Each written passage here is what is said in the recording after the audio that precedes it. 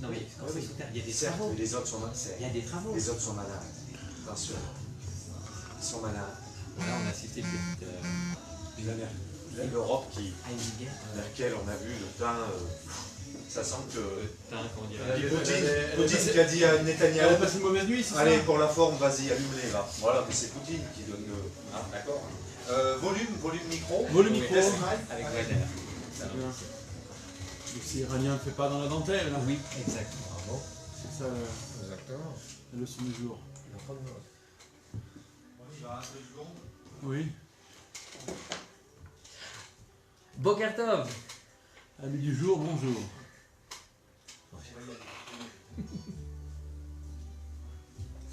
Bon, comment tu vas?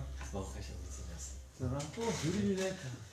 Bah, c'est des lunettes Temporaire. Temporaire. Ouais, parce que... Ah bon, je trouve une très grande place. Merci Naël. Ouais. Les miennes se sont cassées donc elles sont en réparation. Ah, C'est d'accord, d'accord. c'est une terminale que j'aime pas. D'accord, ok. Ah, ouais. Ça fait intellectuel des années 20. T'as tout compris. Un petit côté vintage, Ouais, ça d'un goût certain. Ouais, je te c'est pas, félicite. ouais, mais c'est pas bon.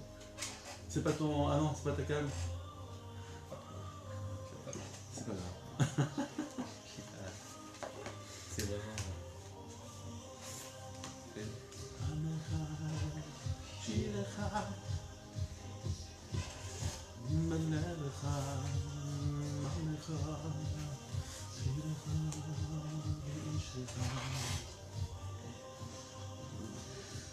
Bonjour à toutes et à tous. Bonjour cher ami Nissim. Shalom, cher ami, bonjour à toutes et à tous. Alors, comme chaque vendredi matin, notre émission hebdomadaire Chavuta avec les 3 temps forts, la question de l'auditrice ou de l'auditeur, puis nos livrets Torah et nos annonces également qui seront certainement très, très lumineuses comme le temps dans notre région ce matin.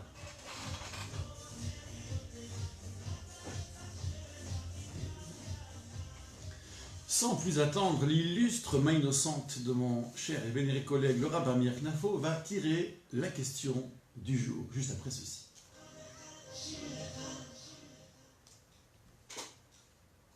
Je découvre la question en même temps que tous nos auditeurs. Qu'est-ce que bénir ou maudire? Eh bien, question, je dirais, laconique. Tu trouves laconique? Ouais, intéressant. C'est la paracha de la semaine en même temps, comme par hasard. Comme souvent. Comme par hasard, comme souvent, comme tout le temps. Qu'est-ce que bénir? Qu'est-ce que maudire? Oui. Alors, qui bénit? Qui maudit? Qui? La question aussi. Exactement. Je pense qu'on n'aurait peut-être pas les mêmes réponses en fonction, mais comme ce sont les mêmes mots qui apparaissent, semble-t-il, pour dire une bénédiction, on dira beracha, le verbe levarer, pour dire, alors d'ailleurs, on peut donner l'étymologie qui est proche du mot berer, qui veut dire le genou. Alors qu'est-ce que le genou a à voir, ou qu'est-ce que la bénédiction a à voir avec le genou? Peut-être faut-il y voir une allusion à la flexion du genou, que sais-je. Et puis sinon, malédiction, ça se dit kelala, et kalel en hébreu, et c'est même un verbe intensif, hein. C'est de même pour ce son que varer, soit dit en passant. Les kalel, maudire. Maudire, souhaiter le mal, vouloir que le mal advienne. Bon, ce sont des mots qui semblent tomber sous le sens, mais moi, il y a quelque chose sur lequel je voudrais t'entendre en fait. Crois-tu que les mots aient à ce point le pouvoir de rendre heureux ou malheureux? Alors, là, tu Tu vois, renvoies- sans oui, autre phénomène que des mots. bien sûr. Je maudis quelqu'un, je bénis quelqu'un, on verra est-ce que c'est bien ou pas, enfin, la réponse est un peu dans la question, mais quand même, quel pouvoir? Sur quoi s'appuie ce pouvoir? Quel est-il ce pouvoir? Ta question m'inspire l'adage ô combien connu de nos maîtres, Achaim va'amavet Bien la chôme, c'est les proverbes, bien sûr. La vie et la mort sont dans la main de la langue. De la J'aime langue. bien la traduction très littérale à la Chouraki. Exact. Vie et mort, vie au pluriel, vie et mort sont dans la main de la langue. De la langue. Donc nous voyons combien ici le pouvoir de la parole peut être un pouvoir constructeur ou alors Dieu préserve destructeur. C'est-à-dire que la parole, elle peut être une parole laudative, une parole d'encouragement, d'incitation Ou alors, peut-être au contraire, une parole, on dirait familièrement dévastatrice, c'est-à-dire une parole au contraire qui aurait pour effet de décourager, de dissuader, etc., d'une manière générale. Et souvent, les enfants, c'est des exemples qui nous concernent en tant que parents, dès lors que nous tenons des propos négatifs, alors ils se braquent souvent, et quand au contraire, bien qu'ils soient dans l'erreur, nous leur expliquons avec parfois intelligence et avec subtilité, alors nous les aidons à s'améliorer, à se... D'accord. et à Là, se là, tu corriger. parles d'une parole un peu qui est l'ordre du phénomène, avec ses Ouais. causes et ses conséquences.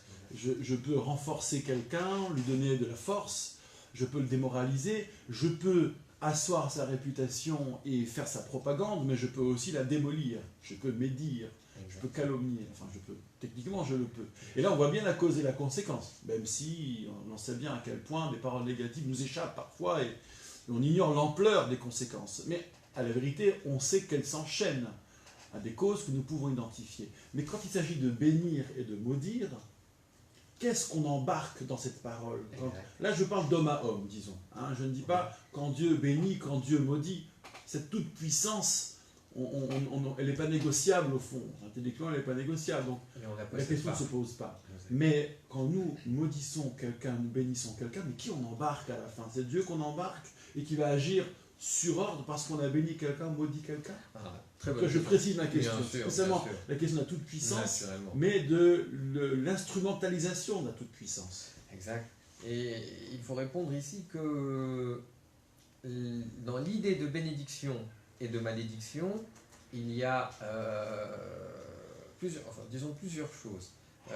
La première, c'est que nous sommes dans le domaine de l'incantation, du vœu. C'est important. Quand on souhaite à quelqu'un, par exemple, de réussir, ou qu'il soit béni, ou on attire sur lui la bénédiction, l'usage, prenons l'exemple classique des textes de bénédiction que nous... Alors je parle des textes de bénédiction que nous avons dans les Sidurim, c'est-à-dire les livres de prière. Nous disons ainsi, Mi Shebera Chavotenu, celui qui a béni les patriarches, qu'il te bénisse, etc., qu'il t'accorde tel ou tel bienfait, etc. Donc, indépendamment, nous sommes, entre guillemets, des intermédiaires. C'est-à-dire que lorsque nous bénissons, nous attirons ou nous espérons attirer sur une personne. C'est précisément la question que je te pose. Ah oui. Qu'est-ce que c'est que cette espérance folle? C'est une espérance alors qui a plusieurs, disons... Déjouer, entre guillemets, si on veut parler providence, je déjoue les plans divins pour aggraver le cas de la personne que je veux maudire ou améliorer le cas de la personne que je veux bénir. Alors, j'avoue, je comprends la question. C'est subtil. J'aime te J'ose pousser pas. dans tes retranchements parce que je sais que tu as quelque chose à dire. J'en suis convaincu. Et moi, je ne sais pas et je sais que toi, tu sais. Non, du tout. Non. Non. C'est complexe, dirions-nous. Mais la notion de bénédiction, elle est liée déjà, revenons à l'étymologie. Beracha vient du mot berer. Ouais, Berer, c'est-à-dire littéralement le genou. le genou. Et tu l'as dit à juste titre, c'est Je là. ne sais pas quel rapport d'ailleurs. Ah ben on va expliquer. Ah. C'est la réflexion. Là, quelqu'un qui s'agenouille, c'est quelqu'un qui accepte une espèce de soumission, entre guillemets. Explication. La notion de beracha, c'est une notion qui est liée à, dans un premier temps, une idée de soumission, mais qui n'est pas une soumission qu'on pourrait traduire d'un rapport de maître à esclave. C'est une soumission, c'est-à-dire c'est l'acceptation on pourrait dire d'un sort, l'acceptation d'un destin, l'acceptation d'événements que l'on vit et que après nous devons interpréter, que l'on doit ensuite analyser, mais surtout la bracha dans notre domaine, en tout cas dans le domaine religieux, c'est l'acceptation d'un joug, c'est-à-dire d'un poids, entre guillemets, et qui ensuite va se traduire, ou en tout cas peut se traduire par des bénédictions. Les patriarches, s'ils ont eu cette capacité ou ce pouvoir de bénédiction, c'est parce qu'ils étaient des serviteurs de Dieu, et que donc dans l'idée de bracha, il y a une idée de soumission à la volonté de Dieu, et les maximes des pères nous enseignent, quiconque soumet sa volonté et la transforme en volonté de Dieu, alors verra ses désirs s'accomplir. Il y a cette idée un peu sous-jacente de bracha et de rapport de cause à effet entre le fait d'être un Eved Hashem, un serviteur de Dieu, d'attirer la bracha et de pouvoir peut-être ensuite en faire partager les autres. C'est une idée. Oui, et en t'écoutant, ton idée est bien plus qu'une idée, c'est une intuition géniale. Quand tu me ressors le genou, la soumission à la parole, ça veut dire que cette parole, elle a une autorité. Oui. Et je crois que c'est ça la notion, le noyau dur de notre sujet. C'est pas que j'embarque Dieu dans mon propos, c'est que cette parole a une autorité. Je lui ai conféré une autorité. Qui se soumet à cette autorité? Tous ceux qui entendent cette parole. C'est-à-dire que quand je bénis quelqu'un, les acteurs susceptibles d'être favorables à la personne qui est l'objet de ma bénédiction, quelque part ne peuvent pas être sourds à cette parole, parce qu'on y implique le nom de Dieu, ou en tout cas l'idée de Dieu, parce que c'est au nom de Dieu qu'on bénit, en l'occurrence. Donc il y a consciemment ceux qui prennent acte de l'autorité de cette parole. Et comme un effet papillon peut être subliminal, je ne sais quels éléments, au-delà des consciences qui entendent, quels éléments se soumettent à ces consciences qui entendent, ou encore à ma parole elle-même. Je veux dire par là qu'une parole qui a une telle autorité génère comme je dirais une onde autour de celui qui reçoit la bénédiction, et à l'inverse, pour la malédiction. Cette parole qui fait autorité, parce qu'on convoque l'autorité céleste, je dirais presque qu'au fond, la nature a vocation à se soumettre à cette parole. Je m'avance un peu, mais ça peut aller jusque-là dans des termes peut-être plus métaphysiques. Pas étonnant, par exemple, que Bilham, le prophète, le fameux prophète Bilham, Balaam en français, et soit payé, on lui paye rubis sur l'ongle pour maudire Israël, et puis ça ne marche pas, il est obligé de bénir. C'est-à-dire que cette parole à laquelle il voulait donner autorité lui échappe, et il y a toujours l'autorité, bien sûr, mais pour la bénédiction. Il faudrait analyser le cas là, parce que bénédiction et malédiction sont intimement liées, c'est ça que ça veut dire, que l'un peut se substituer à l'autre aussi facilement qu'une langue peut fourcher.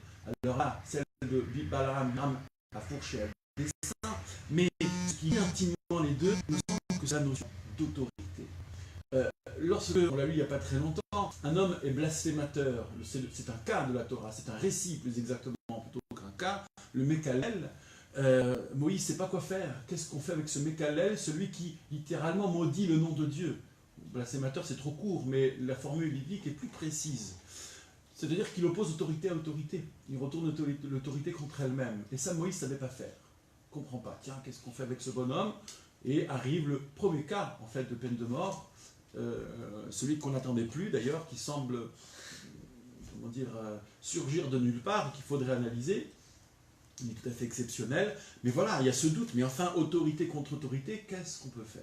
Alors, j'apporte, non seulement j'adhère, mais je rappellerai également que les Kohanim, Oui. lorsqu'ils bénissent, c'est important, Mm-hmm.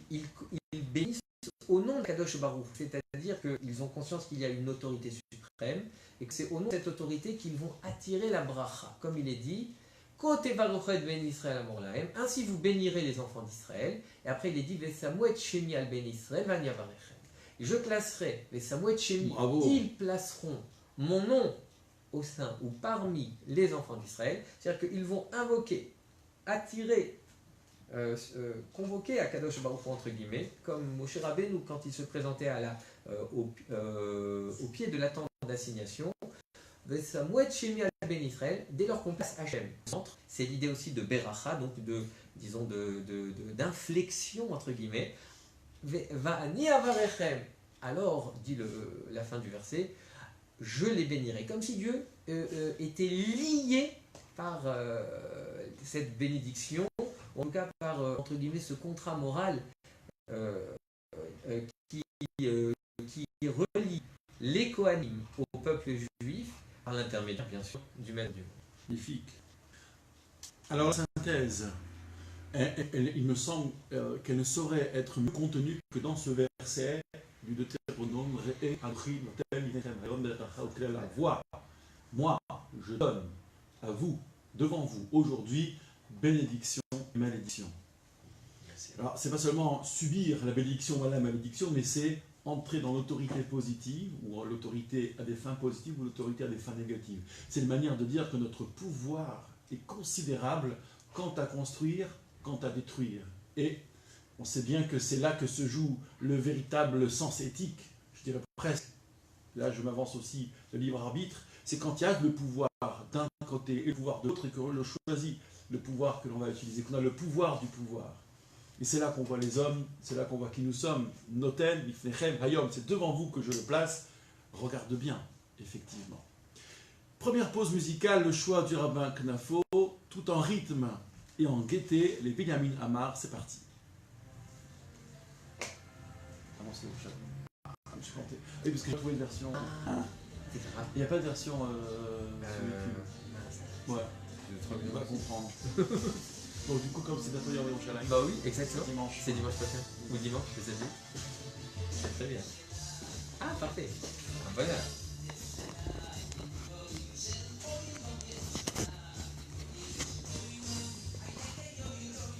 J'essaie de redresser ça. Très bien, merci. C'est facile. Ça passera. Si. Vous anticipez sur Yom Yerushalayim. Ouais, ça approche. C'est quand c'est dimanche? Oui. En date Ouais. c'est toujours le 28 IR. C'est calendaire. C'est calendaire. Oui, exactement. Comme les dates de l'État d'Israël. L'indépendance. Ça va faire plaisir à certains. Oui. Je dis ça, je dis rien. Oui. Mais tout ça dans ma salle, c'est quand? On peut Bah, s'attendre. je crois que c'est dimanche, si j'ai bien C'est compris. dimanche? Il y a pas le transfert de Quel cirque? démonstration. Ouais, ça va être une jolie démonstration. Clairement. Ils ont construit ça en deux coups de pirapeau. Ah. Alors voilà. Ouais, c'est Nous ça. revoilà. Dimanche. Le dimanche matin. Dimanche. Officiellement. Mais en l'absence de Poutine. De Trump, pardon. Oui, il n'est pas là, Donald. Mais c'est quelqu'un représente, non? Quelqu'un de. Au moins la vice-présidence, je crois. ou peut-être Peut-être sa fille aussi. Secrétaire d'État, c'est possible. Ouais.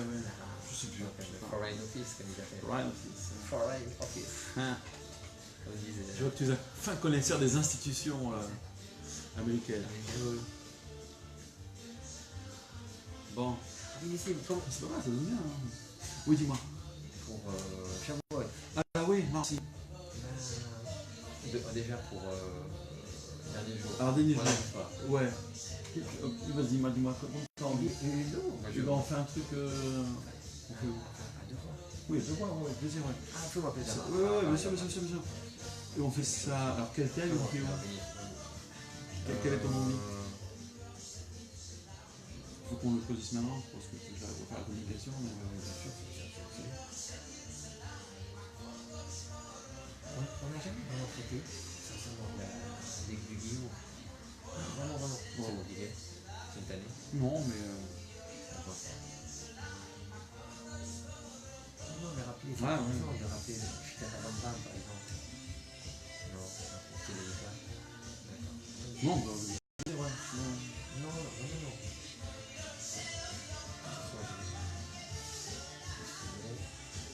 C'est vrai que ça va bien avec Matan Torah, avec le nom de Torah.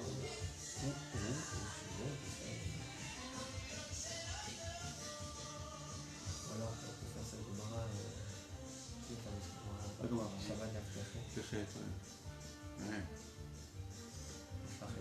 Après, tu peux faire quelque chose d'original.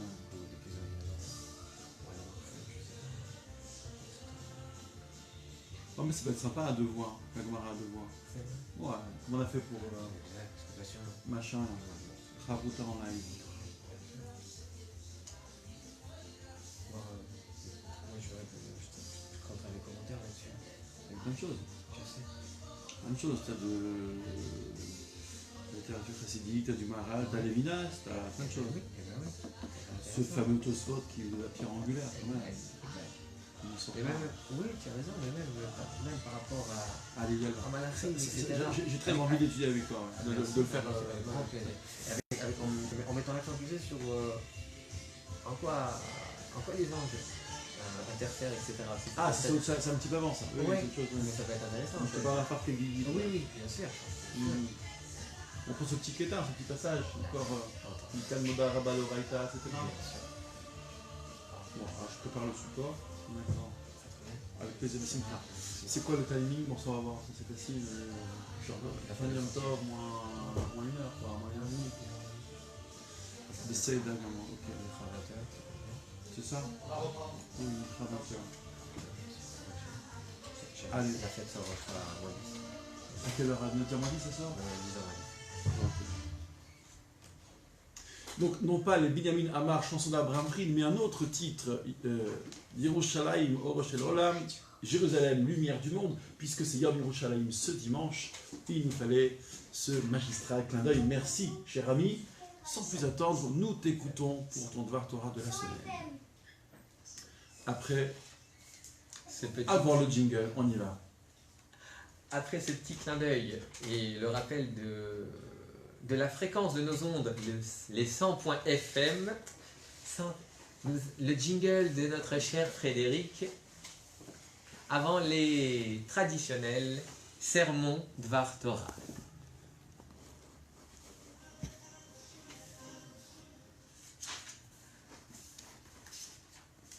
Rabbi Nissim, je vais te faire sourire, je vais vous faire sourire.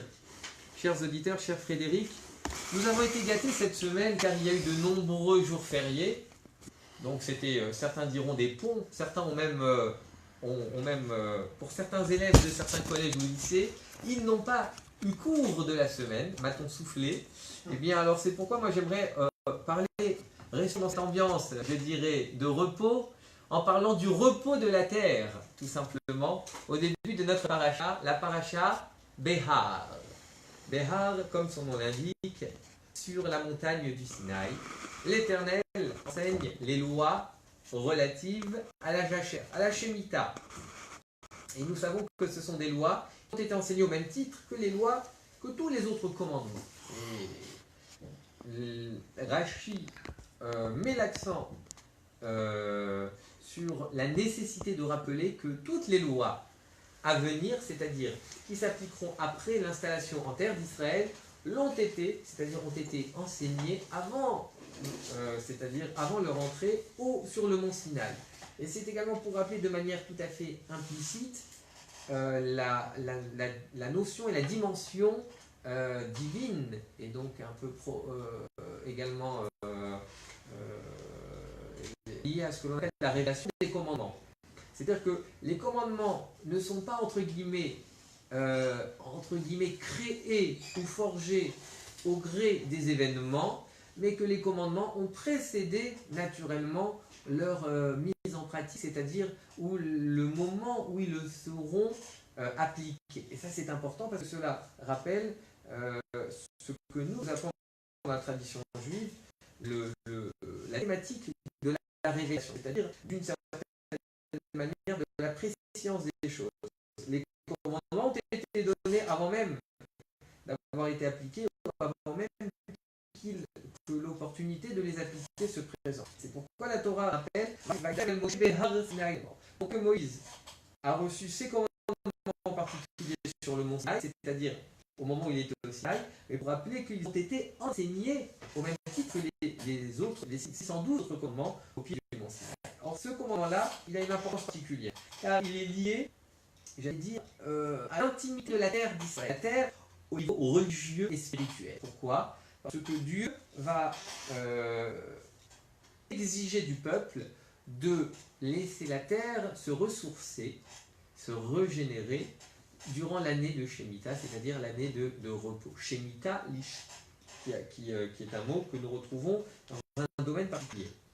Et la philosophie qui se cache derrière cet enseignement de la Shemitah, eh bien, c'est avant tout l'idée de retour à la terre. Le retour à la terre, c'est une idée qui nous, aujourd'hui, nous est un peu, comment dirais-je, un peu extérieure. Quand on parle de retour à la terre, eh bien, pour nous, eh bien, ça voudrait dire, par exemple, qu'une personne connaît une reconversion professionnelle et, par exemple, eh bien, elle décide d'être agricultrice du jour au lendemain, ou je ne sais pas, ou qu'elle décide de se consacrer à l'élevage. Pour nous, le retour à la terre, c'est beaucoup plus subtil. Le retour à la terre, c'est bien sûr, un retour à la terre au sens de la terre d'Israël, en tant que retour collectif du peuple sur sa terre ancestrale, allusion bien sûr à l'indépendance de l'État d'Israël et à ses 70 ans aujourd'hui, mais également un retour à la terre, c'est un peu aussi un retour, je dirais, au concret. Lorsque le peuple juif doit rentrer en Israël après la sortie d'Égypte, le nom de la Torah, voilà que les chefs de tribu rechignent à entrer en Israël. Pourquoi? Parce que pour eux, le contact physique avec la terre, c'est un contact qui leur est intellectuellement difficile. Travailler la terre, labourer, semer, récolter, c'est quelque chose c'est une idée qu'ils ont du mal à concevoir. Et c'est pourquoi d'ailleurs, ils boudent la terre d'Israël et ce ne sera que la génération suivante qui entrera en terre d'Israël. Et voilà que la Torah nous dit, mais cette terre, elle répond à des règles de nature tout à fait uniques, puisqu'elles sont liées à la sainteté particulière de la terre d'Israël. Et effectivement, si certains voudraient nous objecter, mais en quoi la terre d'Israël est une terre sainte, et pourquoi cette terre en particulier et pas les autres terres, je leur répondrai simplement par la paracha, c'est-à-dire par le texte de la paracha, et d'un point de vue non pas dogmatique, mais d'un point de vue tout simplement, je dirais, du point de vue du texte biblique, voilà que la Torah nous dit que cette terre a reçu comme une espèce de consécration. Mais en réalité, sa consécration, elle viendra plus tard, au moment où le temple sera érigé à Jérusalem. À ce moment-là, il y aura d'une certaine manière la présence divine qui va, entre guillemets, habiter le temple de Jérusalem, ce lieu particulier, et qui va conférer dans un premier temps à ce lieu et à Jérusalem le caractère de, entre guillemets, de lieu saint. Et ensuite, peut-être par extension, nous pourrions dire que la terre d'Israël également est une terre sainte. Nous avons des textes dans le Talmud qui nous disent qu'en réalité, la terre d'Israël est considérée comme un prélèvement parmi toutes les terres. C'est un peu comme le prélèvement auquel procèdent les personnes qui fabriquent, qui pétrissent du pain et qui le vont prélever pour ensuite lui donner une dimension particulière, une dimension sainte, qui s'appelle la terouma. Un prélèvement particulier auquel ensuite un échantillon qui va donner une dimension particulière.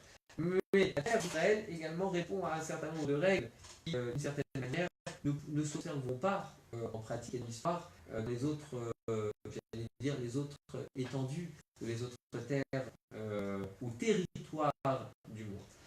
Encore un mot, nos maîtres disent, et je conclue sur cela, que c'est l'occasion aussi pour les agriculteurs qui en normal étaient absorbés par leur occupation liée à l'agriculture. C'était un moment pour eux, entre guillemets, justement de repos et de retour non plus à la terre, mais de retour au livre, du retour au livre et du retour à l'étude par excellence. Et c'est un moment qui justement était consacré avec un peu plus d'approfondissement à l'étude de la Torah, à l'étude du Talmud, de manière en famille, de manière collégiale, parce que c'était, comme vous savez, une année où la terre n'était pas cultivée ni récoltée.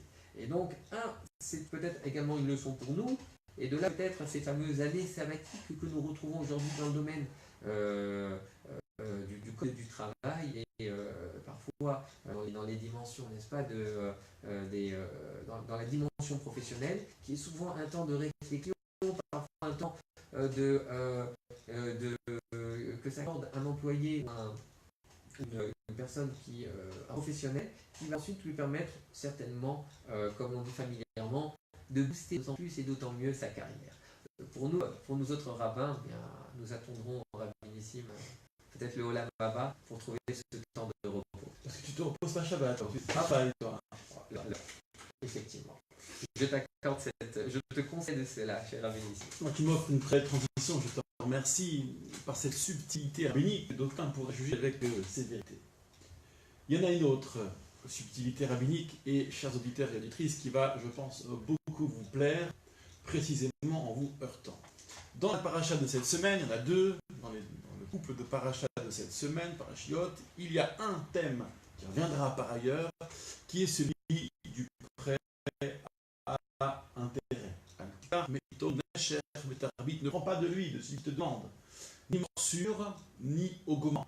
Il y aurait donc deux formes de une sorte de prix d'intérêt dans la mesure où la valeur a augmenté d'elle-même. Mais le thème principal, ou le thème premier, c'est Nesher, la morsure, j'ai donné telle somme ou tel volume d'aliments à la condition de percevoir tel autre volume ou telle autre somme supérieure. Donc. Et la Torah appelle cela morsure. Et je trouvais que la connotation morale, car c'en est une, paraît quand même sacrément déplacée. Il s'agisse d'abuser d'usure, de profiter de la faiblesse de l'autre pour exploiter au maximum et au-delà du raisonnable. J'entends bien l'immoralité de la chose. Mais à la vérité, la loi est claire, toute forme, c'est 0% rien, mais cher, mais le dépasse 0%, même de manière décimale, ça se rend on comprend pas bien, autant que il faut aussi vendre l'investissement, et comme la réalité vitale et l'investissement. Donc, la morsure, pour moi, fait question de morsure. Et puis, et c'est là que je voudrais agacer chacun, il y a le contournement rabbinique de ce principe, parce qu'on ne peut pas tourner une économie, on ne peut pas la développer sans investissement. Cela se sait. Puis l'Europe mercantile, où les Juifs ont joué un rôle là-dessus, puisque eux prêtaient intérêt. Alors, il y a ce procédé qui consiste entre deux individus pour qui il est interdit de prêter intérêt ou bien d'emprunter intérêt.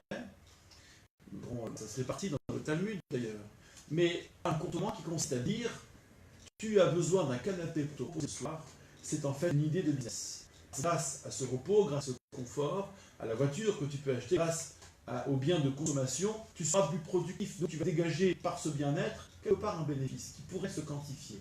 Moi, j'ai su la banque, j'ai l'argent, je te prête donc, mais ce n'est pas un prêt, c'est en fait un investissement commun dans un projet commun. Dès lors que que le bénéfice émerge, nous le quantifions et nous le partageons.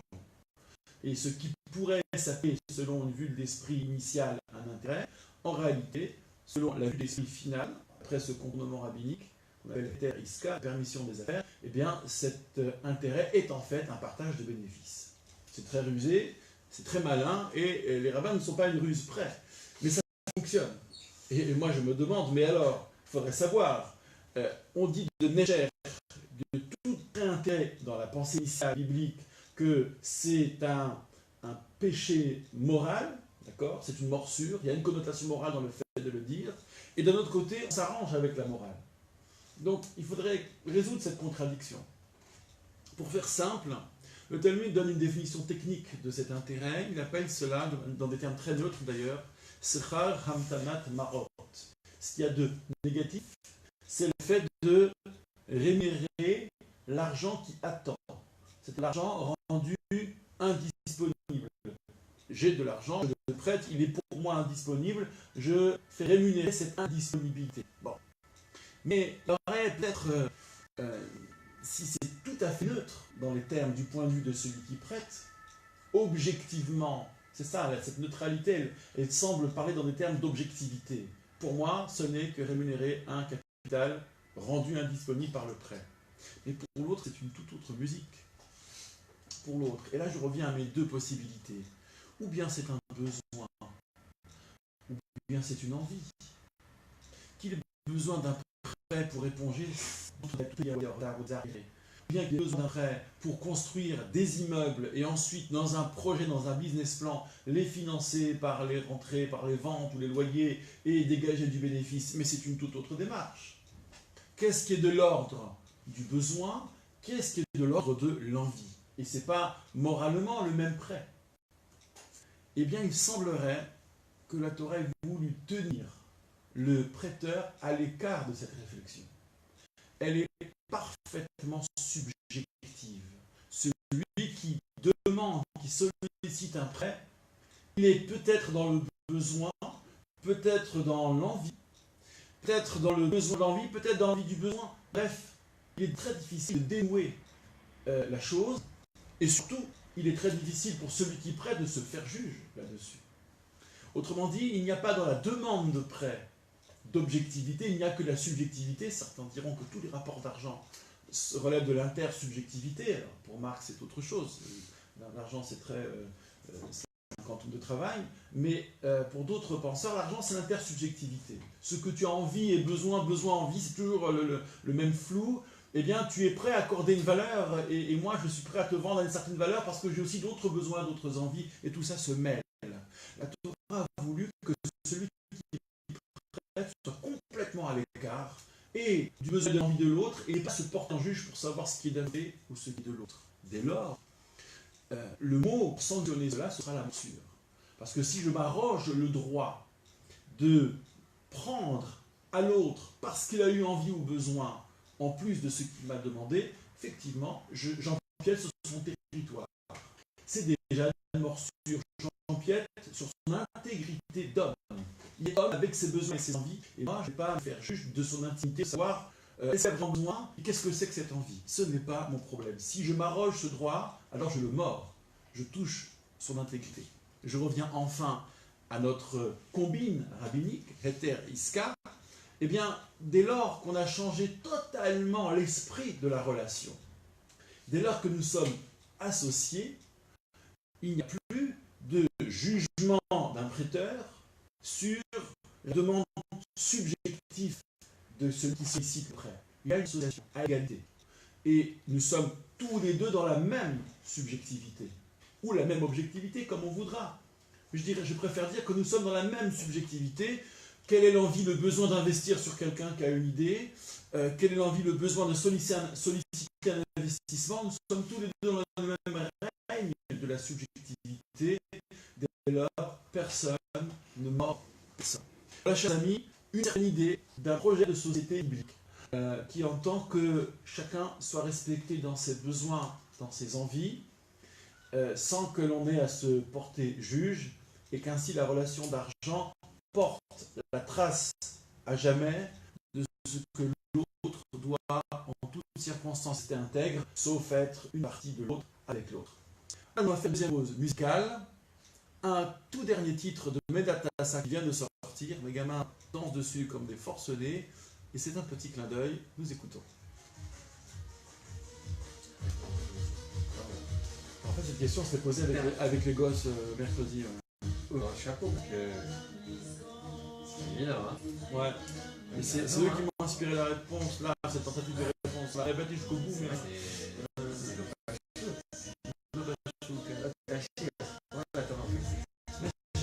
C'est qu'on était, il faut savoir. Oui, j'adore cette papier. C'est ça. Alors, c'est très formateur. C'est beau, là. Ils ont dit quoi, les enfants? C'est à mi-chemin entre pop racidique, oriental israélien. Il a fait un mix, tu vois, c'est au carrefour. Je reconnais. C'est bon. Cette mesure, il n'est pas dans un autre truc. C'est original. C'est marrant. C'est sa mère. Ouais, c'est mignon. Ça veut dire rien d'extraordinaire, mais un truc simple, très beau, mais C'est voilà. le tempo, ok. C'est ça. Évidemment, c'est pas du Mozart, mais c'est pas grave.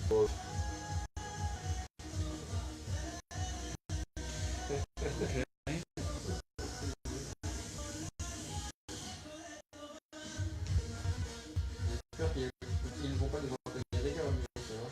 De quoi? On va pas être allé à... Mais je pense pas. J'ai envoyé un petit message. Moi, Zéro sport, zéro. Moi, je... T'as un train, ni TN, et pour rentrer après comment? Je t'avoue qu'un vendredi, si je me demande, c'est pas gagné. Oui, ça. J'ai bien qu'il a pu venir l'avion, mais c'est pas grave. Ça, je nous fais un mot pour tous les deux. C'est bien passé ce matin, ça va? Oui, ça va.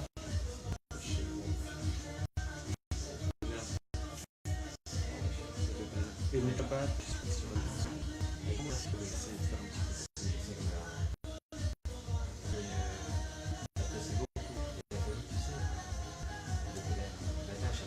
Oui, oui, c'est motivé.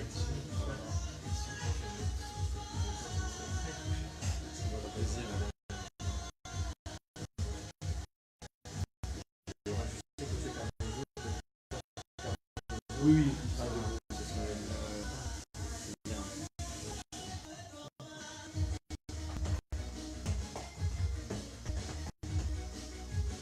Donc on est petit sur Shavuot, c'est bon.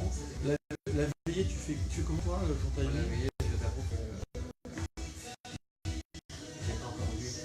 Encore On va en parler avec on était là pour voir maintenant comment ça se profile. Ça vous plaît? Ça t'envoie, c'est mignon. Ah, C'est soutenu. mais on aime, c'est soutenu, musclé. ouais. C'est musclé. Faut régler le pacemaker, quoi. Hein? Médad, prénom, Tassa, non. C'est parti des annonces de la semaine. À toi, le cher ami. Ce soir, nous ferons notre office à Rachid à 19h. Et un petit clin d'œil à notre jeune bar mitzvah, Benjamin Yosef Litterman. En notre nom, cher Rabbi Nissim, nous lui et nous leur adressons à toutes les familles motivées beaucoup de bonheur, un grand mazal tov et beaucoup de réussite dans tout ce qu'ils entreprendront. Demain après-midi, notre thème de conférence sera le livre de route. Je n'en dis pas plus parce qu'il y aura beaucoup à dire sur le contenu, mais également sur la personnalité de route en tant que femme, femme vertueuse. Un clin d'œil sur une conférence qui nous sera donnée de manière tout à fait exceptionnelle par le procureur général de la République de Grenoble. Le procureur général, c'est M. Jacques Dallest. Ce sera jeudi soir prochain, jeudi 17 mai, à 20h, sur le thème de la justice et du mal. Et que naturellement, il y aura un peu de questions et débats. Je pense que ce sera passionnant. Bezrat Hashem, mais je suis sûr, Rabbi Nissim, que autant que faire se peut, tu seras à nos côtés et toutes nos communautés. C'est un magnifique événement. Chers amis, j'en profite donc pour vous donner le thème de notre conférence shabbatique de demain, qui s'intitulera Médire et maudire. C'est donc toute la charge de la parole. Nous avons déjà un petit peu passé là-dessus. J'ai le plaisir aussi de vous annoncer qu'en cette proximité de la fête de Shavuot, nous organisons d'une part, Motzei Shabbat samedi soir, un repas communautaire suivi de la veillée jusqu'au petit matin, 4h du matin, qui portera sur le thème juif par sa mère. Cette fameuse nébuleuse de l'Halacha, extrêmement complexe, eh bien, nous y consacrons toute la nuit. Et je vous renvoie aussi aux réseaux sociaux pour un très fameux repas communautaire qu'organisent les éclaireurs et éclaireuses israélites. C'est le groupe local Marchagal Maé. Nous reviendrons vers vous pour vous faire connaître les détails de cette organisation, mais soutenez-les parce qu'ils ont de très très beaux projets à accomplir et ce sera donc entre nous à tous. D'ici là, chers amis, Shabbat Shalom, Mevorach à tous.